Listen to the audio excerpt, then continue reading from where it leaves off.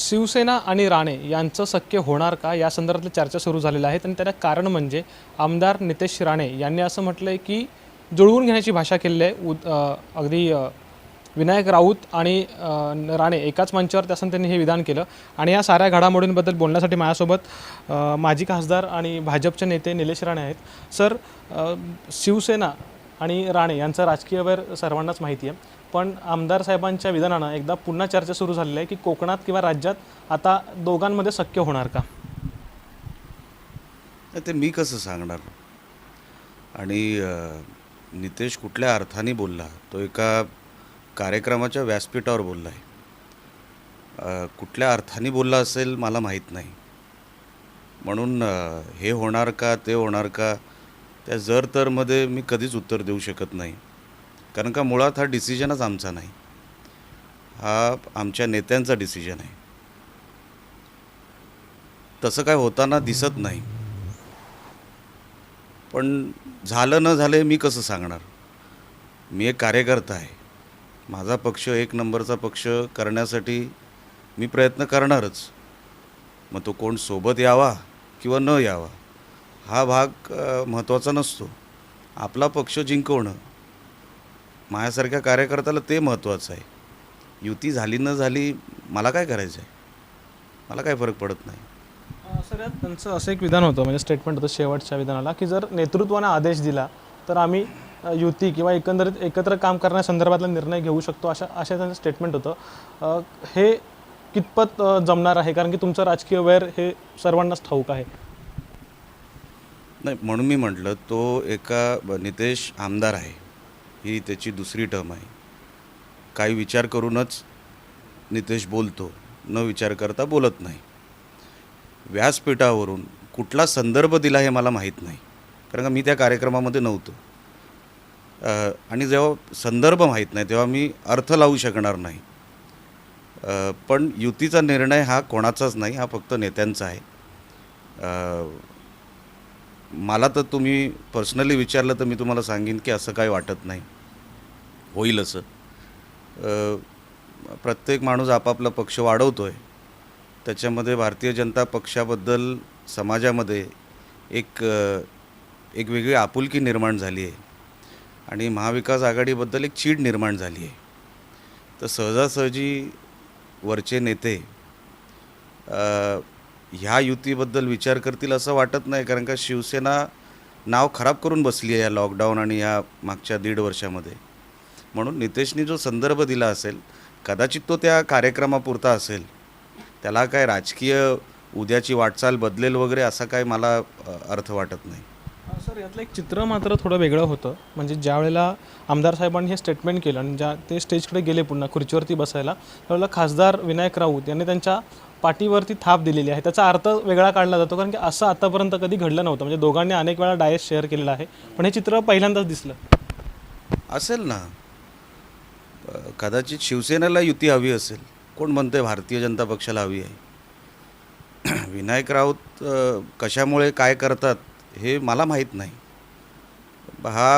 त्यांनी का केलं हे तुम्ही त्यांना विचारा, कारण का मी तो कार्यक्रमही बघितला नाही, कार्यक्रमाची क्लिपिंगही बघितलेली नाही. मी फक्त बातमी जी मोबाईलवर आली तेवढी वाचली. आणि विनायक राऊत निवडून यायला कधी काय करतील हे मी कसं सांगणार? तर निवडणूक उद्याची जवळ आली आहे. पण जर त्यांनी तसं केलं असेल तर तुम्ही त्यांना जाऊन विचारा. मी त्यांच्यासाठी उत्तर देऊ शकत नाही. सर, याला जोडून एक प्रश्न येतो की केंद्रीय नेतृत्वानं शिवसेनेशी जुळवून घ्या अशा काही चर्चा दबक्या आवाजात आपल्या कोकणातल्या राजकारणात दिसून येत आहेत. तर तसे काही आदेश तुम्हाला मिळालेले आहेत का वरिष्ठ नेतृत्वाकडून केंद्रातल्या? नाही, मला तरी नाही. आणि जसं मी तुम्हाला सांगितलं, भारतीय जनता पक्षाचं महाराष्ट्रभर एक वेगळं चित्र आहे.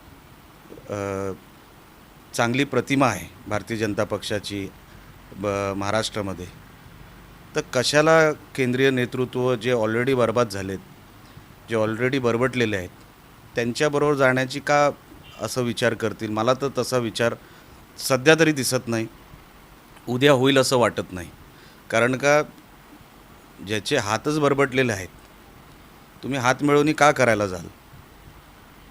आणि आत्ताचं जे चित्र आहे, एका कार्यक्रमातून कधी काय बदलत नसतं.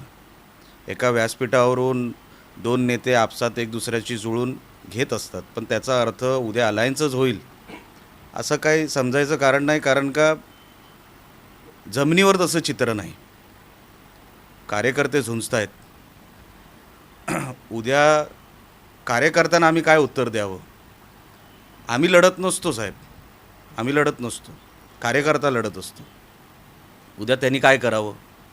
तुम्ही कधीही युती करता, आघाडी करता, आम्ही काय करावं? म्हणून उद्याची जी निवडणूक होईल, जी काय होईल ती कार्यकर्त्यासाठी होईल याची मला इच्छा तर आहे आणि वाटतंही तसंच आहे. सर, एक शेवटचा प्रश्न याला जोडूनच, नितेश राणेंचं हे विधान आल्यानंतर दीपक केसरकरांची प्रतिक्रिया अशी आहे की त्यांनी ठाकरे म्हणजे आदित्य ठाकरेंचा DNA काढला. मुळात हे काही चांगलं लक्षण नाही आहे. जर तुम्हाला युती करायची असेल, तर जुळवून घ्यायचं असेल, तर दोन्ही साईडनी कम्युनिकेशन किंवा दोन्ही साईडनी आदर राखणं गरजेचं आहे. दीपक केसरकर आता कुठे जिवंत झालेत? मागच्या 1.5 वर्षापासून ते गायबच होते. म्हणून जसं मी सांगितलं की जुळून घ्यायचं हे दीपक केसरकरनी कसं ठरवलं? मी म्हणून म्हटलं, तर कार्यक्रमाचा संदर्भ घेऊन जर तुम्ही पुढची वाटचाल तुम्हाला जर ठरवायची असेल तर ती ठरू शकत नाही. लाखो कार्यकर्ते आहेत भारतीय जनता पक्षाचे, ज्यांना युती करायची नाही, ज्यांना स्वतंत्रच आपलं हे करायचं आहे. दीपक केसरकर काय म्हणतात त्याला महत्त्व कुठे आहे? त्याला महत्त्व स्वतः उद्धव ठाकरेसुद्धा देत नाहीत. युतीच्या बोलणीमध्ये म्हणजे जेव्हा काही चर्चा होते वरच्या नेत्यांची, लांबपर्यंत दीपक केसरकरांचा संबंध नाही. ते मातोश्रीच्या दरवाजावर उभे राहणारे एक शिवसैनिक आहेत.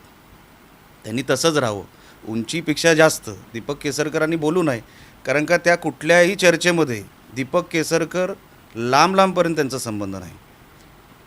नितेशला जे वाटलं त्या कार्यक्रमाच्या संदर्भामध्ये त्यांनी काही वक्तव्य केलं असेल आणि शिवसैनिक संधीच बघत होते, कधी BJP आपल्याला जवळ घेते आणि म्हणून विनायक राऊतनी ती संधी बघितली असेल. त्याच्या पलीकडे तो कार्यक्रम संपला आणि उद्या युती होईल असं काही चित्र नाही.